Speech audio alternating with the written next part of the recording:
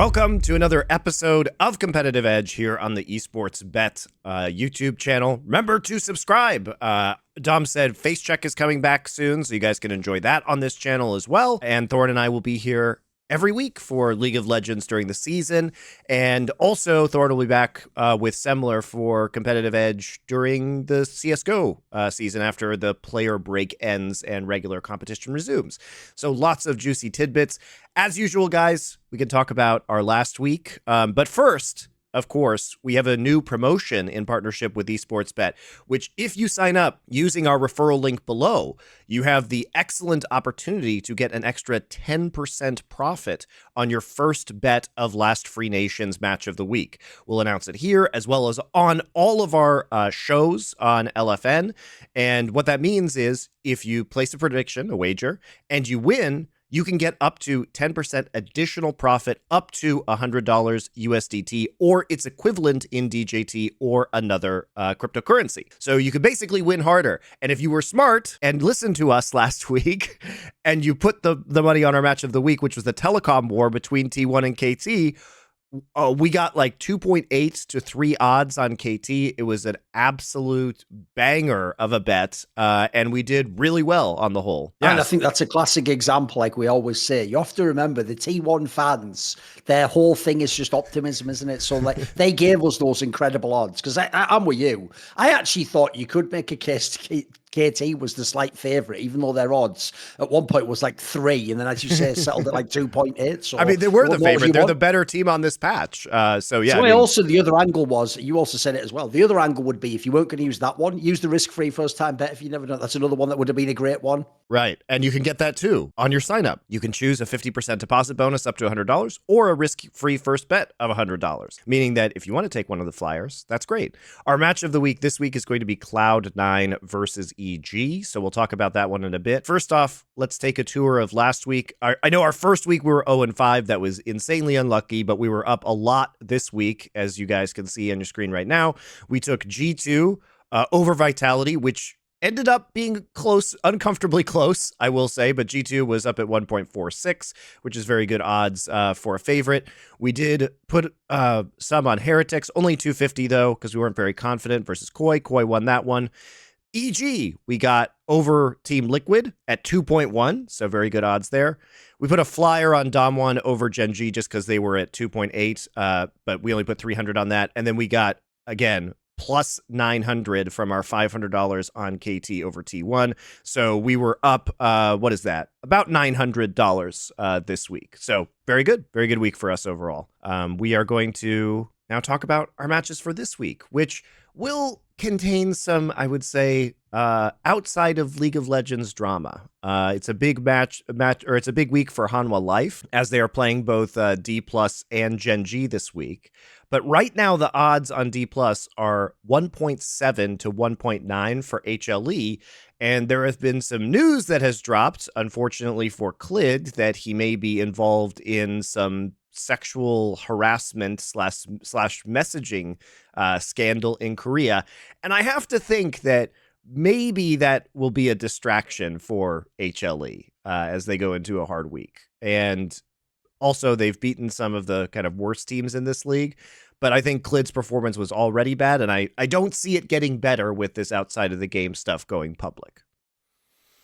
I mean, even as much as D+ has been underwhelming this split, they still on paper are a better team than Hanwha Life, though. Like, Hanwha Life always looks semi-fraudulent. Like, I'm impressed they actually went as far as they did in the last split. So surely this has to be the morale killer. You have to figure. I mean, that's what I would think. That's what I would think. I mean, because obviously, like, Clid's performance has been the focus of the team.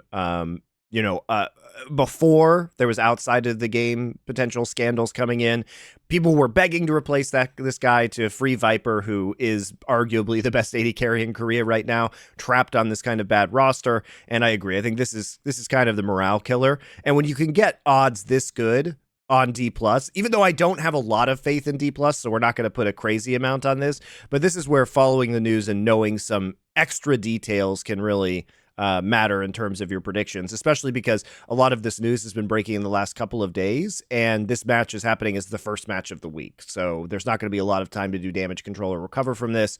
I'm just going to put 250 down, which will net us 439 if D+ do pull off the win, which I think is... I also think right now is the perfect time to go against Hanwha Life whenever they get odds. I think the odds are too high for them, as in like too low for them rather, because to me, we're also just like in a world where's Zika's champion pool going to be? It just doesn't exist anymore. Meanwhile, you look at the other, like all the other players play the majors. Like this is the worst time for Zika. Yeah, and remember... And his jungler's gone too. Yeah. Give me a break. And remember that this, when we've seen Zeka even in Azir metas before, his Azir has been kind of underwhelming. People will point to his Azir game in the finals of Worlds as evidence that he's actually good at this champion. He overperformed relative to his average Azir performance. So what exactly is he going to play in this roaming meta, right? Like his Ahri's kind of okay, but certainly not well optimized to what's being thrown at him right now, you have to say. Up next, we're doing it again, Thorin. I've got 2 Flyquest matches. Okay. I do notice, though, here's the difference, Monty. Before, we were like, we'll get it all on the back end, these fools. They don't know this, driving the price of... Now I notice we are just picking them against the bottom feed and the absolute worst teams in the league now. So Thorin, here's my take. They can't possibly lose an entire round robin to every team in the LCS. Theory, I agree. Yeah, theory, I agree. They can't possibly do that. They can't go 0-9 losing every single game to every other team in the LCS. Surely with this roster, that is fucking win impossible. At least one of these two, at least. Surely. Exactly. You have to imagine, right? Come on, you have to imagine. Especially like the odds on the plus side, the odds are going up for them where they were heavier favorites before. Yeah. I mean, getting 1.8 odds versus NRG and 1.6 odds versus Immortals, you would assume that they would be favorites in these scenarios. Sure. I didn't take the flyer of them where they're actually underdogs at 2.3 to Team Liquid. I'm not ready to go that far yet because they've shown some pretty awful performances. But versus NRG and especially versus Immortals, I guess I feel slightly more confident. Not too confident though. What do you want to put on this NRG match? Like 250? Do you think that's fair? Yeah, do like half. Do half of the usual bet, I think. Yeah, I think I'm probably only going to put 250 on each of these. And you know what? We might put a small parlay on Flyquest winning both of them, just because we'll get some good odds on that. Let me find the other match here. My feeling with Flyquest is quite similar to how I feel about Vitality in the LEC. It's like they can't just keep losing every game. Like you even watch the games, it's not like they're just in from minute 1 to minute 30. Like they're in all these games, they just never win. They kind of did int from minute 1 again in their first match against 100 Thieves. But yeah, a lot of the time they're just not being assertive on the map, and it feels like everyone's afraid to make the call that will lose the game, so they won't go in.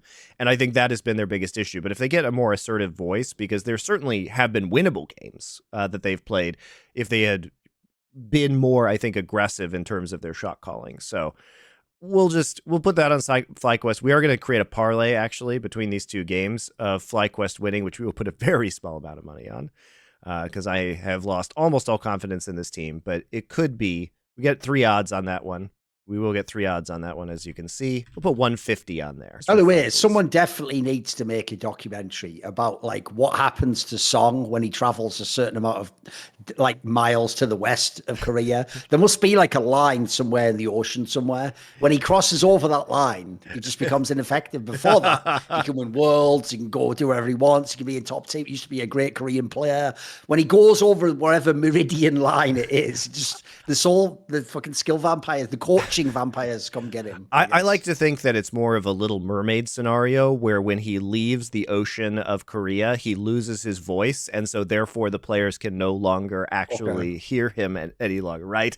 I think that's more likely, because I don't understand how this guy could do such an amazing job with DRX and push them to a world champion title as massive underdogs through what must have been some very good coaching and decision making around his team's strengths. Like, I don't think you can say that he was a bad coach and then comes in and then suddenly all of his players are just egregiously inting. Like, how do you, I don't understand how they can be playing this bad as a unit, or how they can't be optimizing their strengths. It's wild.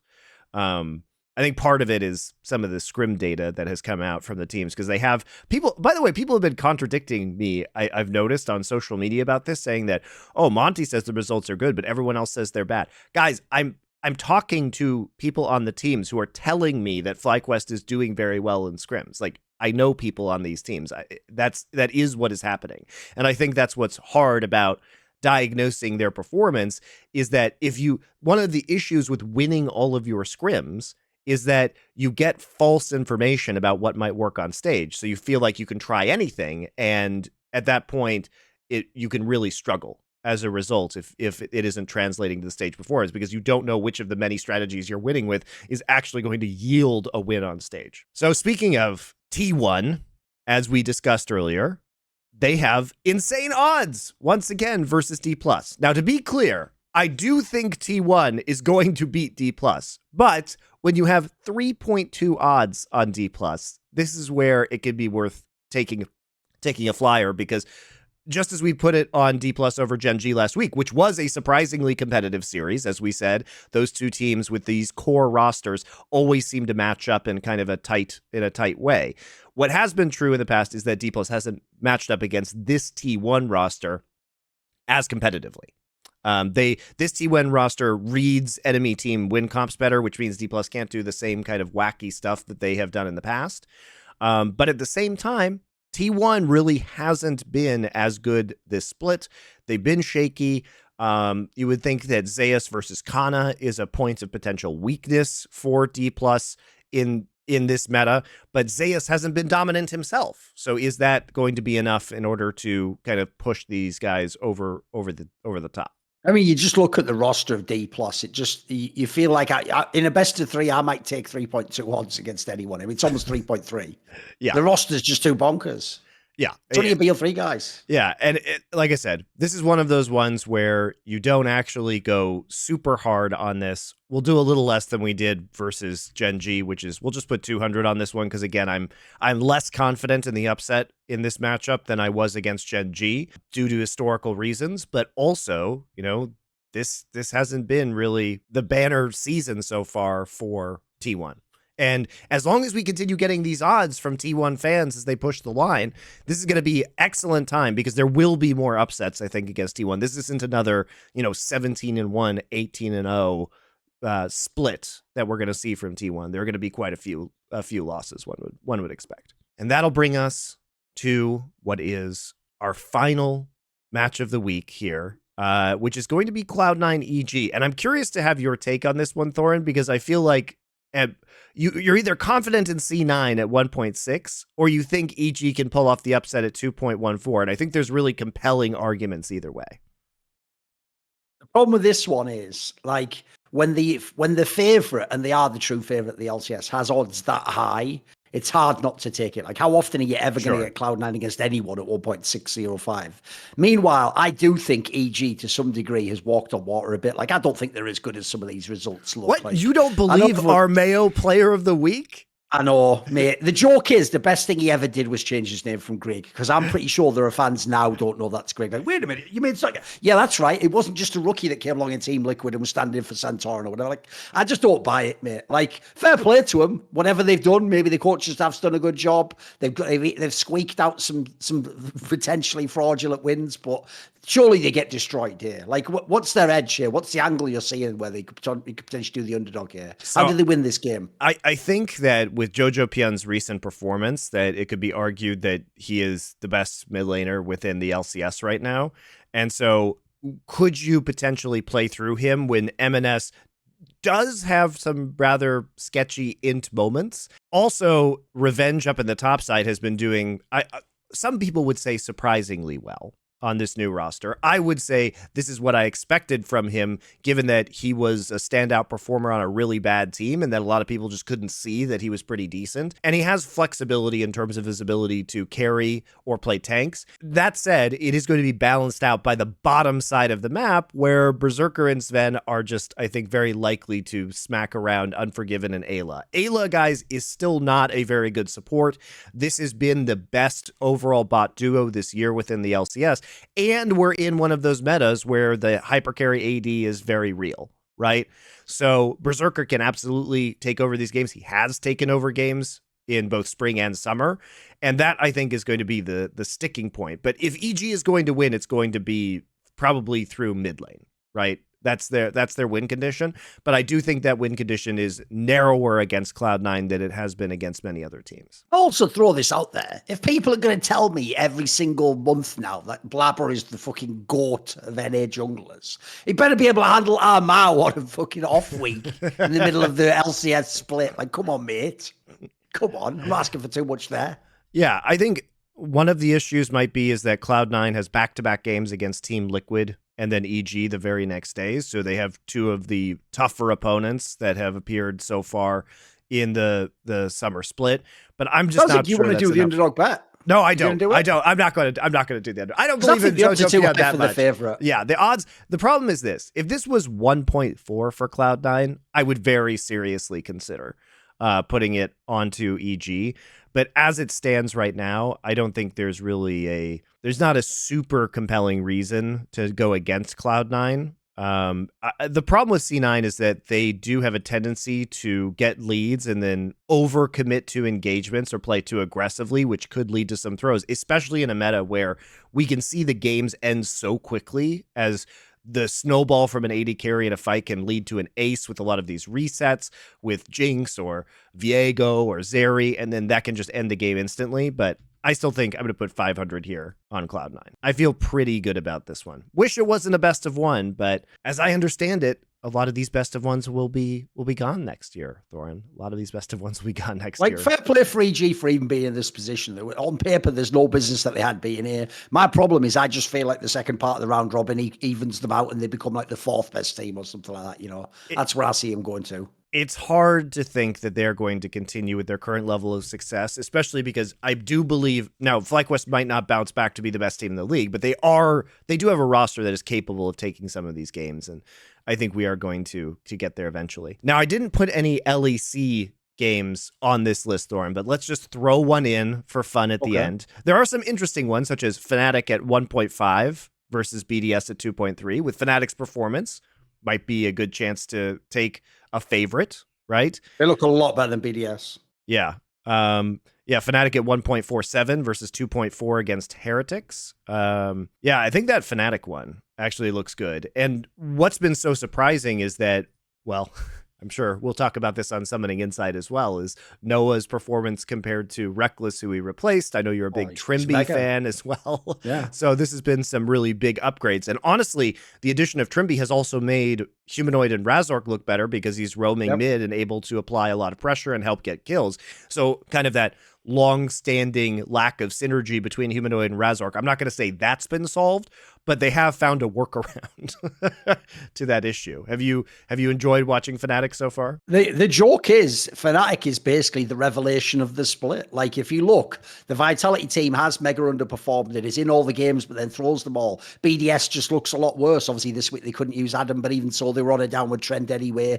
Some of the old teams, SK, they're just nothing at this point in time. Like, right now, the league looks like a complete mess. There's basically just G2's really good, and then thankfully Fnatic's actually really good as well. Now, Fnatic actually, for me, them and G2 are the top two teams. If you just look, they're a cut above everyone else. Then you're getting into, like, maybe it's Mad Lions. After that, you can take whoever you want. There's about 5 teams can all be the fourth best team. So for me, if it hadn't have been for this upgrade on Fnatic and the fact that they actually look like a real team now and they know how to play again, the league could be boring. It'd just be G2 and a bunch of also-rans like lining up to come second, third, and fourth. So to me, Fnatic actually gives you a real hope that there might be another competitive team and another team that, like, this team could go to Worlds. It's a very real possibility. Yeah, I agree with that. And now I don't know how any team in this region is going to look, as Europe kind of looks particularly weak at the moment, especially after those MSI performances and coming back, and the games have been a little bit sloppy so far within LEC. So unless we see some tightening up, it will, I think, be tough. But we also have some new rosters with Fnatic that have a long time to gel. Because remember, guys, the LEC is going to play a lot more games. Not only do we have the rest of the summer split, but we also have the championship after that. So there's it goes into like mid-September. It goes for quite a long time. So there's plenty of time to gain that synergy and to kind of hone their competitive form. That said, I think Fnatic at 1.5 is pretty juicy. So Pretty good for now, yeah. we'll put 500 on that one again. 500 on a favorite, getting pretty good odds. They're probably still slightly underrated just because they are a new roster, and BDS did have the good run in spring that is probably still boosting their odds somewhat, but they've looked a lot less impressive this time around. All right, well, that should do it with our episode of Competitive Edge for this week. Again, subscribe here to the Esportsbet channel. We'll be back every week, and they've got some great custom content with Face Check coming up as well. So we'll see you then.